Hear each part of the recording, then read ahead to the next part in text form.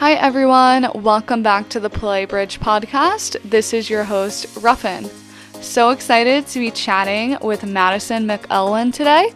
At the time of this recording, Madison was a partner at Defy.VC, an early stage venture capital firm. But she recently shared some exciting news that she'll be starting at Harvard Business School this fall. So massive congrats to Madison. In this episode, we chatted all about Madison's career pivoting from product to VC and launching the top-ranked In the Room podcast, where she's interviewed founders including Haney of Outdoor Voices. I loved my conversation with Madison so much that I invited her to do an AMA Ask Me Anything virtual panel. So if you'd like to join us, I'll share the invite and the details of this episode. Make sure to sign up there. And if you missed this one, make sure to join our Slack group for future updates on all events. So excited to share our conversation today, so let's get started.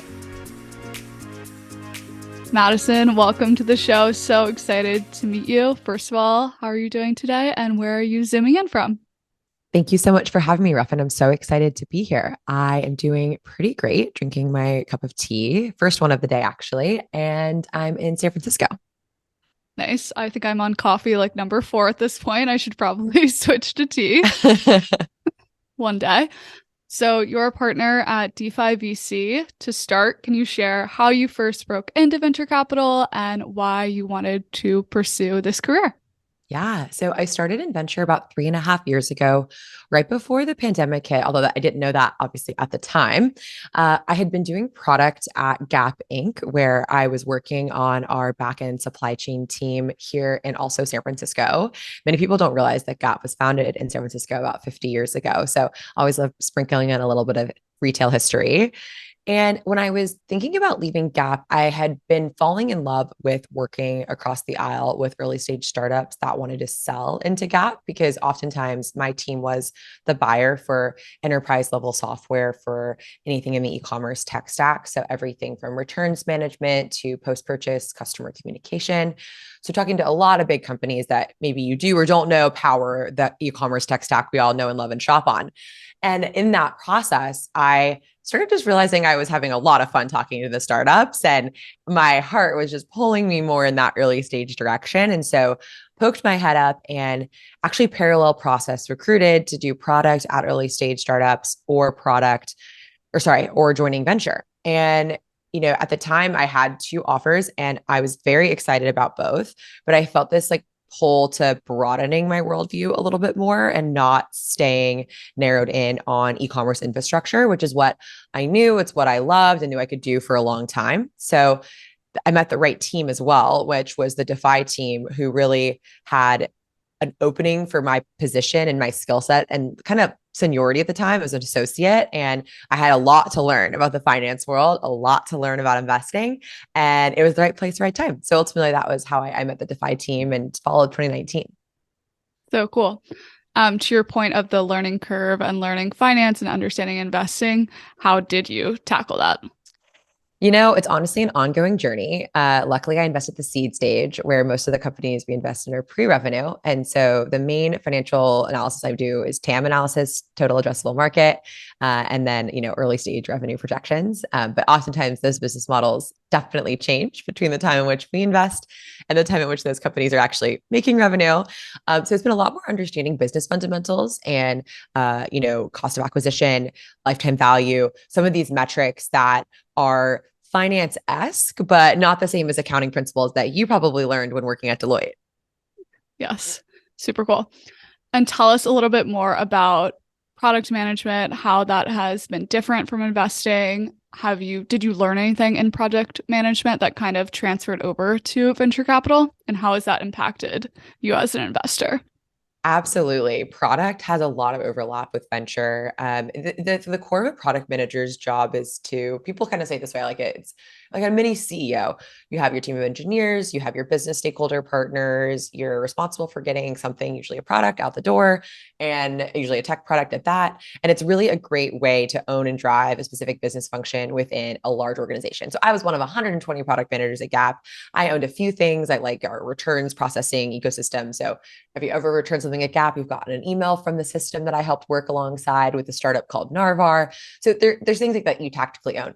Venture's kind of similar, right? You own businesses or you have investments that you're the key person on. And every partner meeting, your team's going to ask you, hey, how's this company doing? How's that company doing? And you kind of have to have those answers just like you would with your product. I would say a distinct difference, though, is you're not the one doing the building. You're not necessarily rolling up your sleeves in the same way, and you have a different level of responsibility. And so if you're someone who is eager to be a builder and own and operate, venture is not going to do that in quite the same way as product, but some of the skill sets I think are transferable. Have you ever thought about going back into product or being a startup builder, or do you think you'll stay in investing?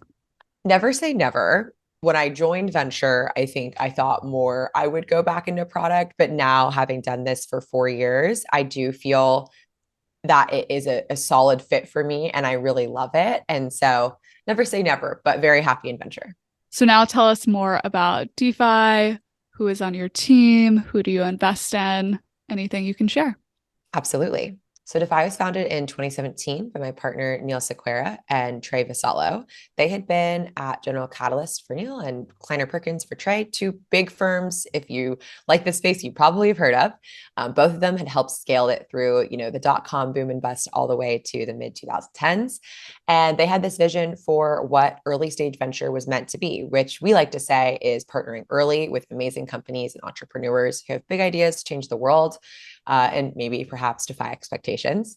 Tactically, what that looks like is for us to do partner at, pre-product market fit or post-product market fit very early. And like I said, on that revenue journey also can be sometimes on the earlier side. So our core focus is Series A. I think what we consider Series A is a little bit like what Series A's looked like 5 years ago, maybe what they're starting to look like again now, less so what they looked like in 2021. And then I manage our seed practice. And so that's not the entirety of our strategy, but that's a part of how we think about partnering with companies at the early stage. We're what are we? We are investing out of our third fund now. And we closed that end of last year, which is really exciting. And that brings us up to about 700 million assets under management or AUM. So in a time where some funds are not deploying, in a time when some funds maybe can't raise that next fund, we're very, very thrilled and honored to have that chance. Very cool. Tell me about a recent startup or a recent deal that perhaps you sourced and led on the seed side of the business. Ooh. Okay, so there's a company that we invested in called Fabra. It is in the modern data stack space. So kind of going back to my point around how I wanted to expand my worldview and invest not just in areas that I knew at the time of starting in venture, modern data stack, investing on top of data warehouses, definitely something I did not know going into venture. There's bits and pieces of it, yeah, but really that's an exaggeration. And this company is helping to connect a SaaS tool product experience to their customers' data warehouses. So if I'm selling into Ruffin's company and Ruffin has all this data somewhere else, I need her data to help her grow her business with my product. But it might be really hard for her to get her data to me. And Fabra makes it easier to do that across data warehouses. So if I'm on Snowflake and you're on BigQuery, no worries. Fabra acts as the intermediary between those two. And I think this is really exciting. I think it's a very, very important product because data is only getting bigger. We're only growing in the amount of data that we consume and the amount of data we create. And every company is having to deal with the ramifications of this. It's mostly good, right? However, what it means is it's more complicated to understand how to partner and work with companies across the aisle. So this is kind of a silly phrase, but they're calling it B2B2B because they are working with that company and then that company's customers. And so really stoked about that team. They were just in the Y Combinator class as well and are off to the races building into the modern data stack. I feel like something that seems very intimidating about investing in venture capital is that like you can't be an expert in every industry in every space. So like how did you go about learning about this space and becoming, excuse me, getting comfortable with the fact that you wanted to invest in this company? I will say it's not something I'm an expert in now either, right? It's definitely a journey. And the same is true for e-commerce infrastructure or consumer social, any other areas that I have interest vertical spikes in, because at the end of the day, you're always a lifelong learner. And that's definitely a component of being an investor is things are going to change. You have to get ready for that change and lean into that, embrace it. For this was an investment in two people I had known well, and I already had conviction in them. And they had really distinct backgrounds. They had worked at Fair in the BizOps team. The other co-founder had worked at AWS, so knew a lot about the business, and there was a lot of that domain expertise. And so, almost taking it outside of this investment, when you're investing at the seed stage in a space that you might know, but it might not be your expertise or your field that you know like the back of your hand. It's a lot about founder market fit. It's more important that the founders are the right person for the job and the market than even maybe at the early stages you are, because there's a lot of things you can add value to at the early stages that aren't domain specific. Amazing. And then talking a little bit more about seed versus series A, when your team is looking at deals at each of those stages, like what are the different things you're considering when you're looking at investments? Yeah, I mean, I'd be curious too how other people answer this question, right? I think the venture ecosystem has evolved since its inception to have these nomenclatures that we slap on top of rounds, but people rename them all the time and they all go up and down. So it's hard to say, with certainty what seed is, what Series A is. I think as we think about it, seed is more generally a bet on the people and that this is a growing, fast, awesome market that will have an opportunity, but the product is unproven. At the Series A, the product should be proven. Like it should have some pull from the market. Some people are going to call that product market fit. I don't know if you have to call it that. I think it's really if someone's willing to pay for your product. People are really excited to pay for your product, and maybe they're willing to pay for it faster than you can service that product. When you're at that stage, it's not that you are growing in revenue like so fast that you can't keep up per se, but that would be a really nice signal that it shows you have product market fit. Any certain spaces that you're excited or your team's excited about investing in right now? I just gave you my pitch on the modern data stack. I think in general, that's a buzzy word that people use that I'm totally lifting from others just to sound cool. So like I did not invent that. I think what's interesting about it is I'm not technical. So taking it outside of a specific investment, I was a product manager, but I got really lucky that I had a team who kind of handheld me through understanding literally what an API was, right? And so I have been a beneficiary of this movement towards low code, no code, non-technical stakeholders working with data. An interesting thing about Fair as a company, this is this big, large wholesale marketplace that one of these co-founders used to work at, is that they require all of their biz ops people to learn SQL. SQL is basically coding, and it's honestly a crap ton of work, and not everyone knows how to do it.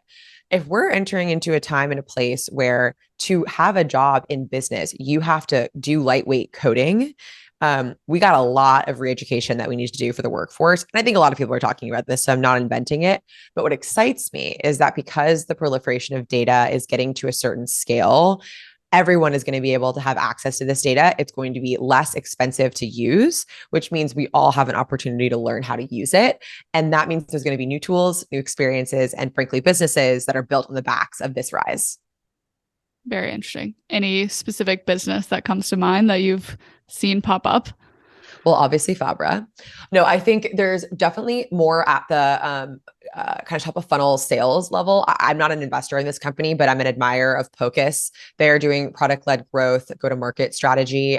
They're also Andreessen backed. And I don't know that team well, but I have heard their name a lot. And I think that they're trying to make the same data sources from the data warehouse accessible at the sales level. And again, oftentimes salespeople are not technical. So that's a really awesome tool. And yeah, that's one that I think could be really interesting depending on where it goes. Cool. So you mentioned you knew the Fabra founders for a while before, and they were also recent YC batch. How else do you go about sourcing your deals and startups, and any advice for other investors? This is kind of a funny one because I had been at my job for about 6 whole weeks before COVID hit. And so many people said you're going to meet people through in-person meetups and, just like literally hitting the pavement, especially being out here in San Francisco, kind of the space of venture capital lore. So I was kind of geared up for that, right? I'm a people person. I love going to events. I was just like all stoked. And then when the pandemic hit, it was definitely a bit of a oh shit moment because there was no playbook for meeting and building meaningful relationships in COVID virtually. So that actually is why, as an extension of our core mission, Claudia and I started, Claudia is my co-host of my podcast and a Defy CEO, the podcast, which I run as well, called The Room Podcast. That was really inceptioned in 2020. I can talk more about that, but that was one way in which I thought, okay, I need to kind of do something virtually to have an excuse to meet really cool people, podcasts. And that has worked out really, really well. Yes. Other than like wanting to meet and network other people, because podcast hosting is a really cool, powerful networking tool. If you can believe it. I did not start like thinking that, but it really truly is. So really smart. What else inspired you and Claudia to start the Room podcast? So delighted you asked. Claudia and I are best friends, and I have to give a plug for starting something with your best friend. I mean, I think we kind of joke, like if we had known how much work it was going to be, I don't know if we would have done it. But at the time, we just knew that we had this similar energy, desire to build something together, but our lives were taking these different paths. So she was just about to leave Uber to start what is now Prive. I was really getting started in venture at Defy.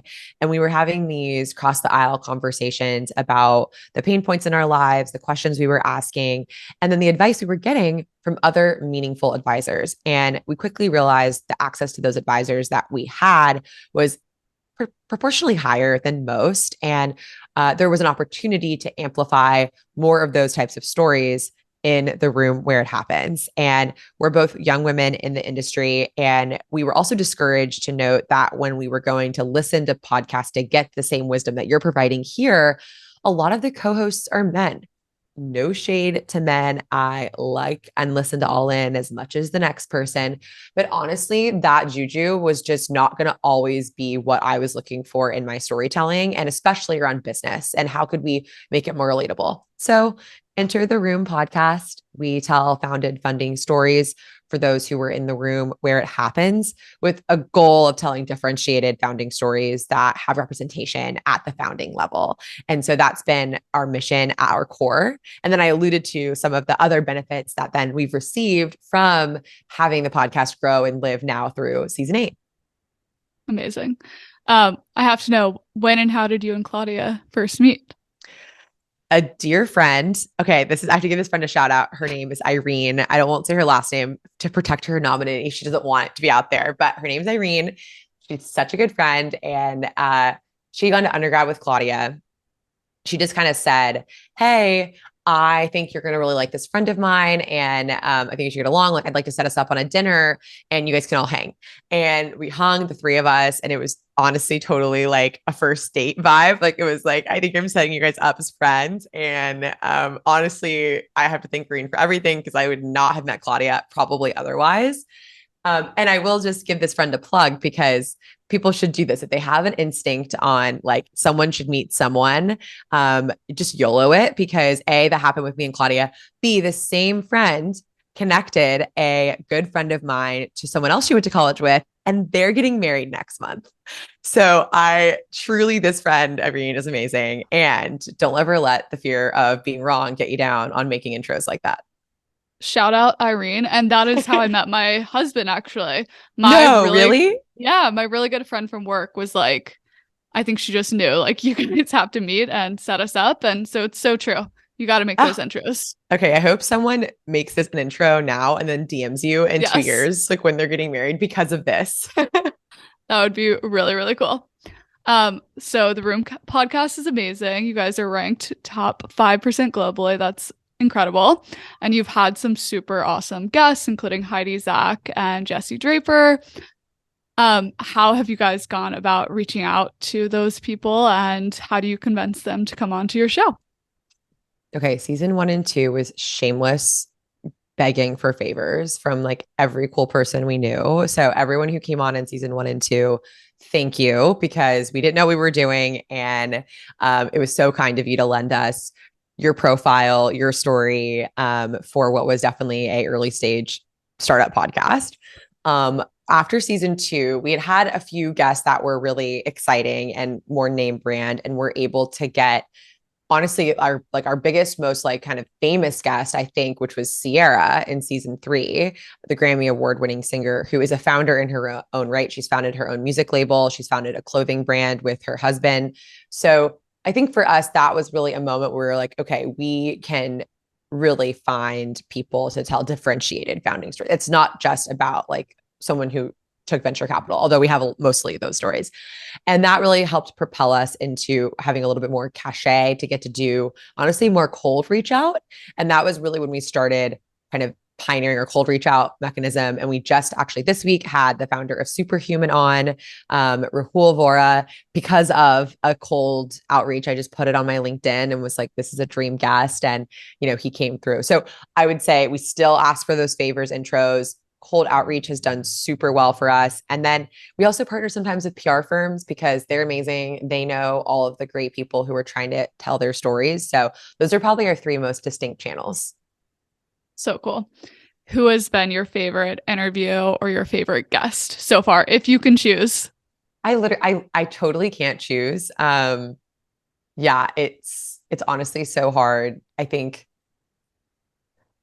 it's kind of a cop out answer because it was so amazing. I have to say Sierra, like she really was so thoughtful to come on, and hearing some of the parallels that she felt as a young woman in the music industry at the time to even some of the experiences I've had in venture and others have had in startups really struck me that honestly, being a woman in business or just being a woman in the world does have parallels across. And there are lessons that we can take from each other in that. And one thing that she said in that conversation that has super stuck with me is you have to play the game to change the game.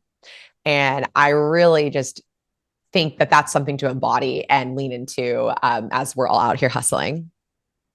Awesome. I'm definitely going to have to check out that episode Please later. do. Very excited.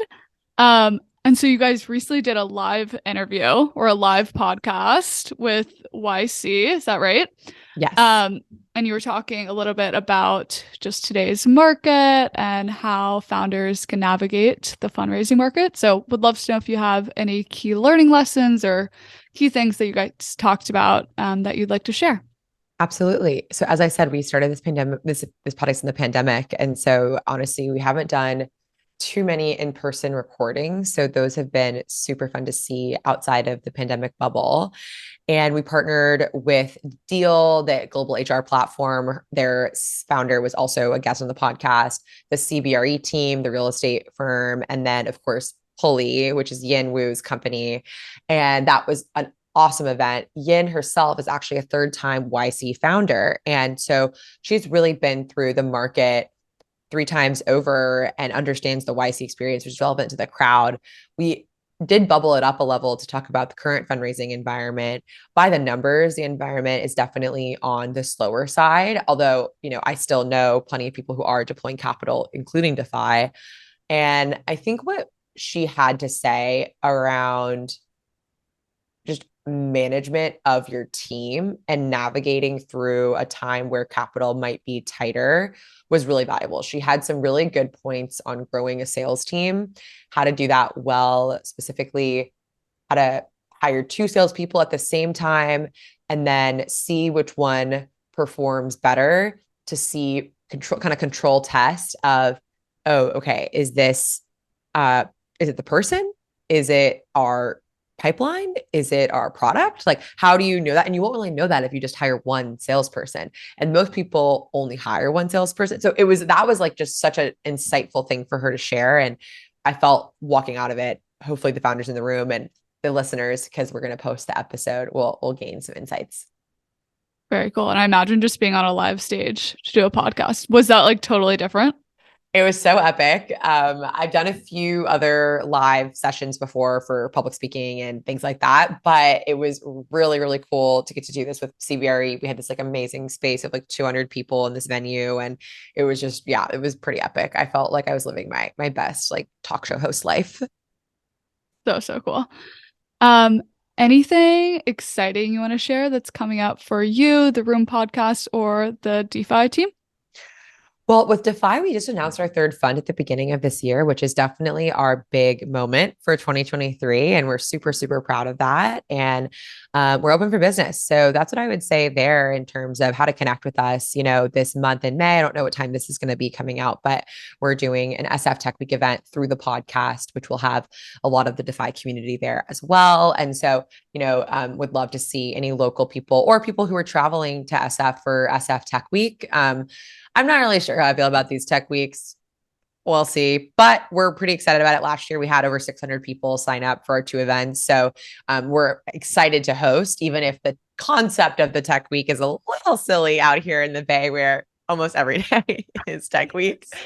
And then yeah, just keeping everyone excited about building great companies. I mean, I feel like it is like a challenging time to be a founder, and I'm hearing that from friends. And so, creating spaces for those moments of questions and pushing through. What are you guys doing for your events for Tech Week? That is a really good question that I should ask Michelle, who's our head of community.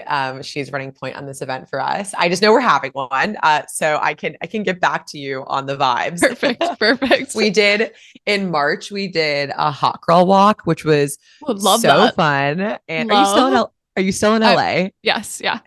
Okay, so then that we've been having like this deluge of rain over the past. And so of course we were like, didn't even think about rain. And the day it was actually like a thunderstorm. So our hot girl walk became like a wine situation, but we want to bring that back. I mean, wine. So I get it. Exactly.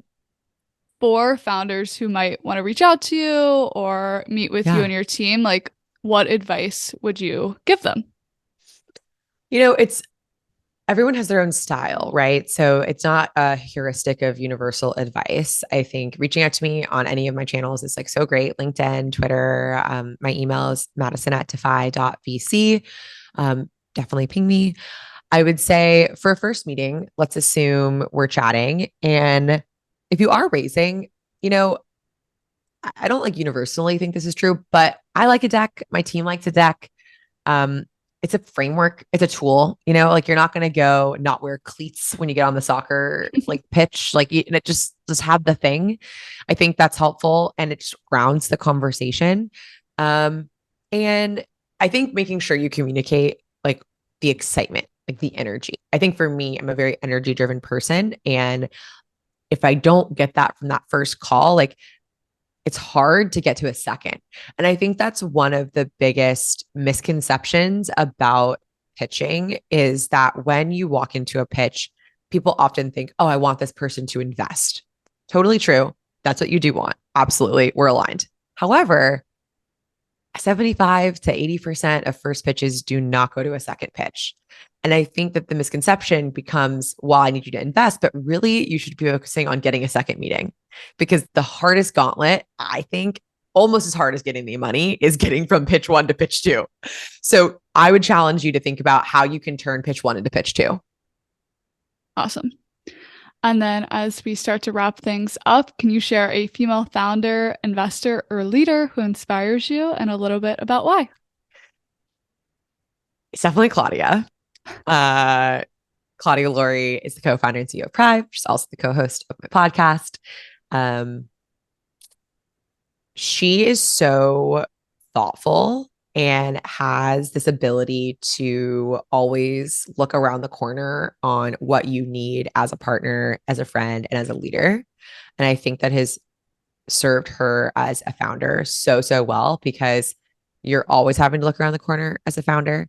And I've just watched her understand her business, pivot her business into something that is growing and building incredibly well now.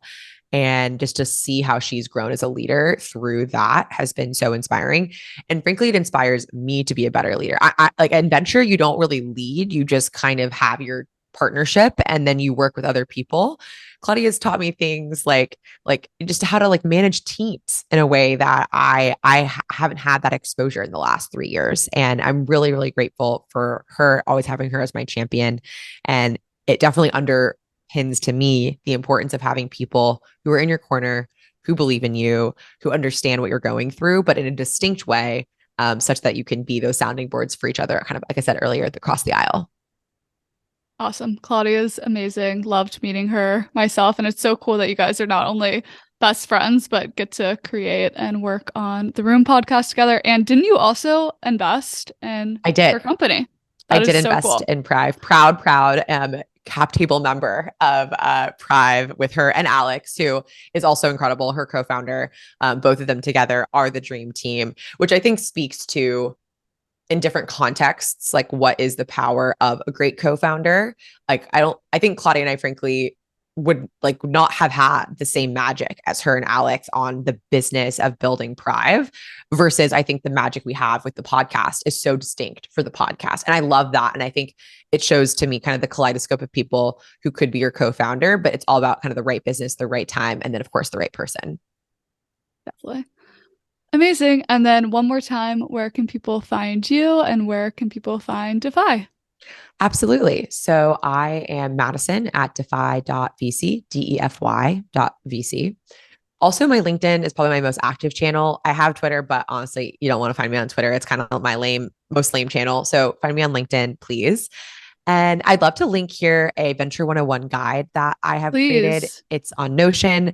It's very rudimentary. It has things like job posting boards that I like, my tips for a great first pitch or first conversation, and then also some episodes from our podcast that I think really speak to the start of founding a fund, which is its own entrepreneurial journey that is distinct but related to founding a company. Yes, would love to share all of those things. Well, thank you so much for coming on to the show, and it was so nice to finally meet you. You too. Thanks, Ruffin, for having me. Thank you so much for listening to this episode of the PlayBridge podcast. If you enjoyed the show, make sure to rate, review, and subscribe. And for more updates, make sure to follow us on social at Bridge Club. That's at BRYDGECLUB. At Bridge Club on Instagram, TikTok, and YouTube.